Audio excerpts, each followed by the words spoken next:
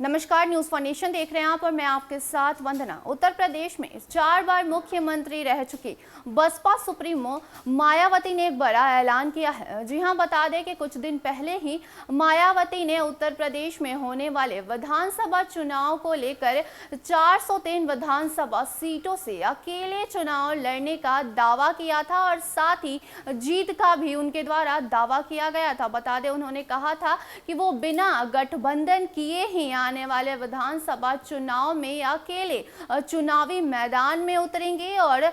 चुनावी मैदान में उतरने के साथ साथ जीत भी हासिल करेंगे। लेकिन अब सिर्फ उत्तर प्रदेश ही नहीं बल्कि उत्तराखंड में होने वाले विधानसभा चुनाव को लेकर भी बसपा सुप्रीमो मायावती ने एक बड़ा ऐलान किया है। तो क्या है पूरी जानकारी, आइए जानते हैं विस्तार से।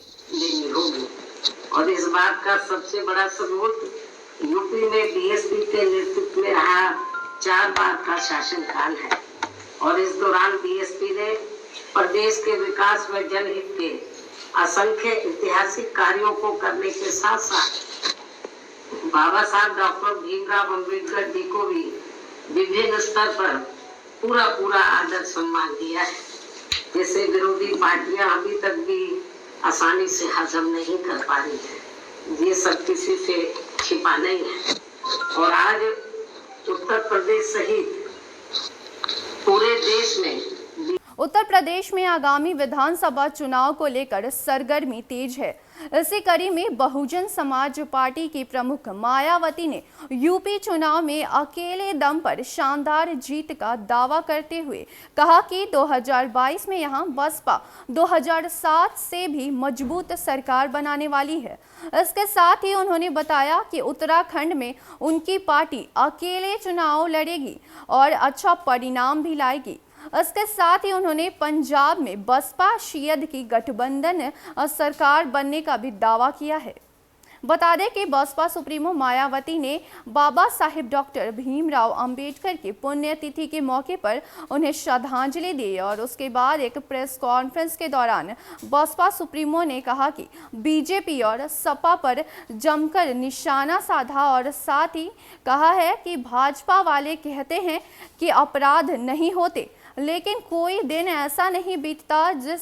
जब यूपी में अपराध ना हो। भाजपा वाले मीडिया को मैनेज कर लेते हैं। वहीं अखिलेश यादव और भीम आर्मी चीफ चंद्रशेखर के बीच गठबंधन को लेकर चर्चा पर बसपा सुप्रीमो ने कहा है वो दोनों गठबंधन कर भी ले तो उन्हें कुछ फर्क नहीं पड़ने वाला। मायावती ने समाजवादी पार्टी के मुखिया अखिलेश यादव पर तंज कसते हुए कहा है कि गठबंधन करने वाले लोग जो विजय रथ यात्रा निकाल रहे हैं, अभी विजय मिली भी नहीं है उन्हें। उन्होंने आरोप लगाया है कि सपा की पिछली सरकार में गुंडागर्दी होती थी। चंदौली में सपा ने कैसे कानून हाथ में लेकर पुलिस के साथ बुरा व्यवहार किया, जनता से ये छुपा नहीं है।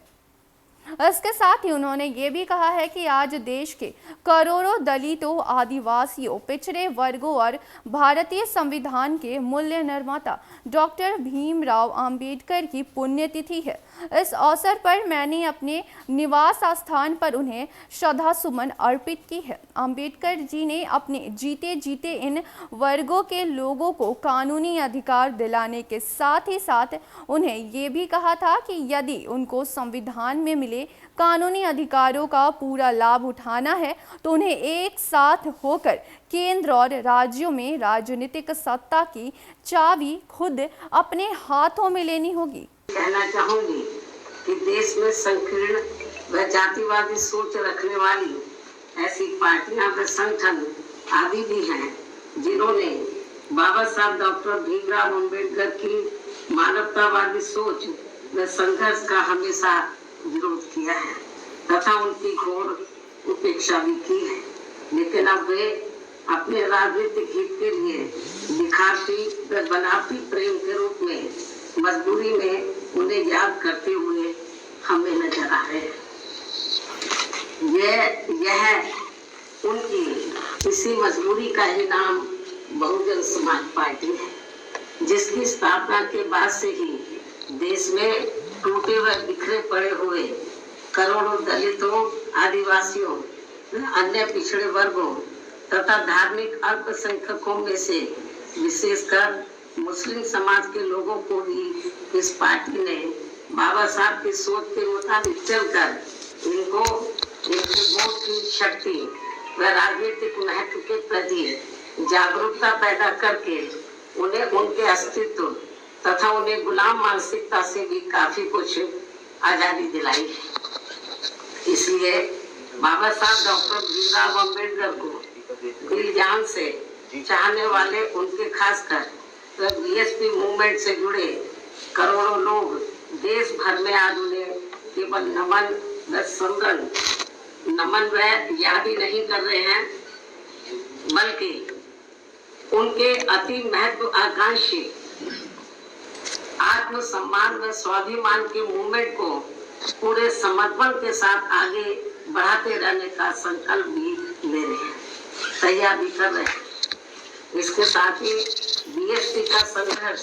व मुख्य लक्ष्य बाबा साहब डॉक्टर भीमराव अम्बेडकर के अति महत्वाकांक्षी आत्मसम्मान व स्वाभिमानी मूवमेंट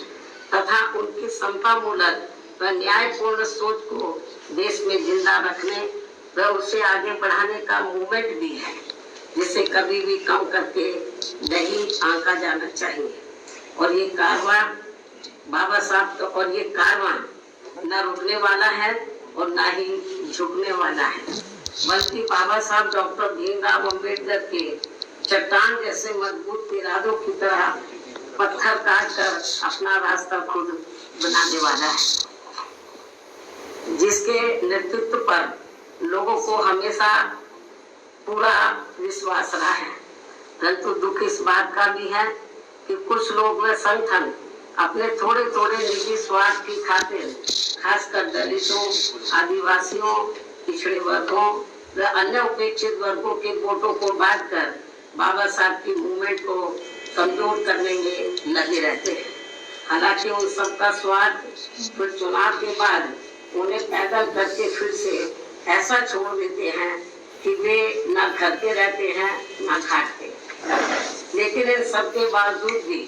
बीएसपी को